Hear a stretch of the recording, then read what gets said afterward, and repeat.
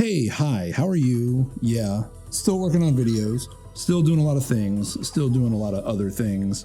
There's a lot of forward momentum, a lot of things I'm working on, but I kind of wanted to just step in and talk for a second about something that means something to me, something I noticed, something I really wanted to bring to some people's attention. Hear me out real quick. So, early Monday morning on February the 21st, Capcom dropped 2 trailers, and one of them is controversial for a whole lot of reasons. The other one is not really as controversial, but I think it points to something a lot larger. And I'm talking about the Capcom Fighting Collection. It's coming out June 24th, 2022. It's going to be on PlayStation 4, Xbox One, Switch, and Steam. And this thing looks rad.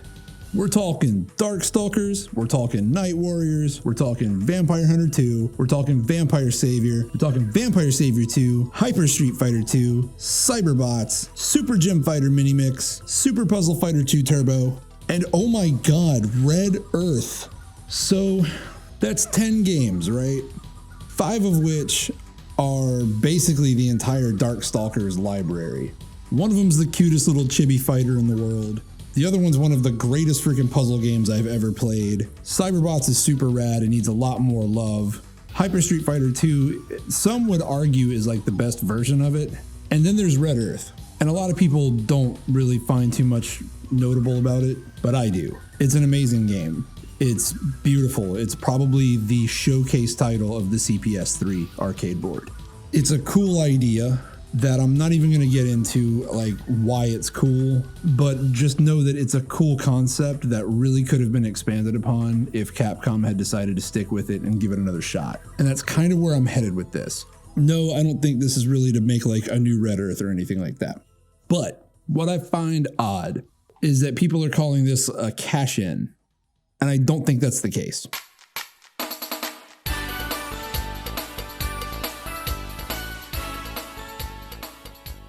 Yeah, this is a collection of ported titles from the arcade, so it's kind of low effort. It's gonna have the whole like anniversary collection thing going on with it, with like the galleries, it'll have training modes, it'll have full command lists, but it's also gonna have rollback netcode baked in, and that's huge. Now, the main argument against this is the fact that all of these games are playable on Fightcade right now. And while I do believe that's valid, I don't think that's necessarily a great point. There's a few reasons for this, so just follow my logic real quick. Okay, Capcom is a company that is controlled by investors. Investors are people that buy in and they make their profits when the company they've bought into makes profitable product. Businesses, particularly Japanese businesses, tend to be very risk averse. They want something they can count on. If you want to call this collection a cash grab because it's got old titles running on an emulator with some basic QOL bells and whistles attached, then that's fine. But my argument is that I think it's a lot more than that. One, these are all titles that haven't seen their day in the sun for years. Darkstalkers Resurrection was released almost 9 years ago. Puzzle Fighter HD Remix was released in 2007. That's almost 15 years ago. Gem Fighter? Try 1998. Red Earth? Never. Never ever. It came out in 1996 in a very limited arcade release. This is its console debut. These are all games, for the most part, that have been kind of forgotten. So this is kind of different than your normal collection of like, ooh, greatest hits titles. Like, these are kind of like the lost and forgotten children of the Capcom arcade era.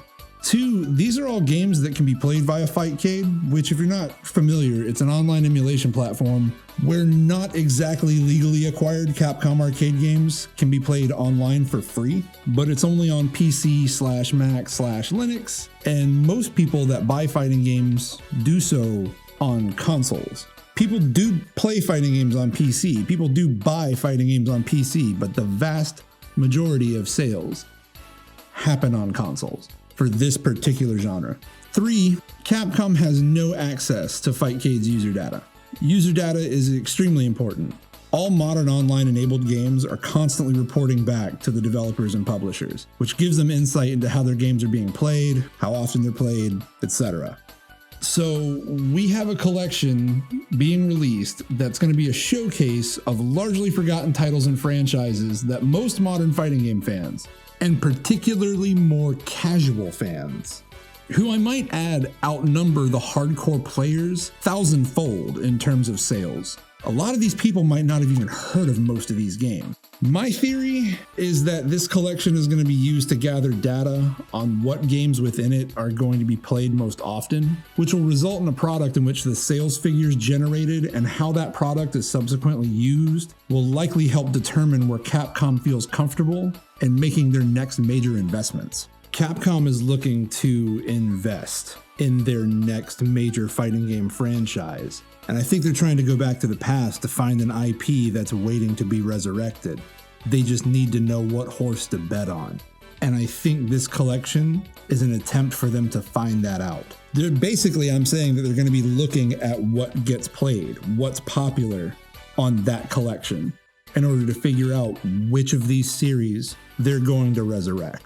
So in that regard, I don't think this is a cash grab. I think this is an invitation to tell Capcom what games you care about and what you want to see come back. And you only get to do this by using the only two things that they'll pay attention to as a company, which are sales figures and user data.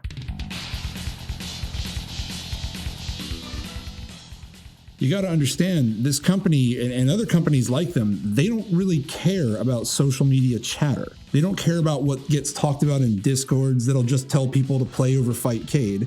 They don't care about online petitions. They only care about the things that they can back up with something real, something tangible. And let me tell you something, money to them is very real. That's the only thing that's real to them. And so it's really the only thing they're going to consider listening to. And in order to give them the user data that tells them that these games are being played by people to the point where it justifies them putting more time and effort into possibly bringing them back, you'll have to buy that product first. And if that's the only way you'll see them consider bringing these deserving franchises back to life, then I'd ask that you consider this collection to be more than just a quick cash grab, because it's most likely trying to determine the next set of projects that Capcom funds. I mean, personally, I want to see Cyberbots come back. I'd love to see a new Vampire sequel. I'd love to see a new Gem Fighter. I don't think I'd kill for Ultra Super Puzzle Fighter 3, but I'd consider it. Deep down, I'd really like to see Capcom try Red Earth again. It's a fascinating idea that never got a real chance, in my opinion. Something that has like the single player focus, something that has a kind of RPG mechanic that lets you unlock certain moves. There's a lot of cool concepts there that could be fleshed out into something much larger, especially now. But you'd have to play it through something they're watching in order to send them the message that it matters. And none of that's likely to happen if the FGC regards this as a callous cash grab. We'll find ourselves stuck in a world where Street Fighter is the only fighting game Capcom can rely on, and the rest of their once legendary stable of franchises is going to be considered too risky to resurrect. If that sounds sad to you, you need to consider how sad it sounds from someone old enough to have watched some of their favorite games all but fade away from the FGC's collective memory. Personally, I want to see my old friends again. And more than that, I want to see you become friends with them too. And if buying and playing that collection can send that message in the only way that Capcom will listen to it, then in my opinion, it's a small price to pay to have the very real chance of watching something amazing come home after 20 plus years of distance. If you love Capcom fighting games, consider what I've said. Talk about this in your circles. Bring this conversation to your locals. Talk about the business side of it. Help breathe new life into this genre by giving support to the franchises that fathered everything we take for granted today. Because really, I don't know if some of these franchises are going to get another shot. We're seeing a big sort of quasi-renaissance in fighting games right now. And I think Capcom's looking to strike while the iron's hot. And they're thinking real carefully about what to bring back. And they won't do any of it if we don't actually buy in. It sucks, but, you know, we have to put our money where our mouth is. Hey, I just want to say thank you for sticking around to the end of the video and watching it all the way through. And I appreciate that you care about what I have to say, or at least are feigning it. Anyway, yeah, like the video if you can, it'd be a huge help. Subscribe to the channel would also be awesome. Share this video around. Make people aware of it. I have more cool stuff coming down the pipeline that you're really going to like. If you feel so inclined, you can donate to my Patreon and help make it worth my while to keep making these videos. And I'll see you in the next one.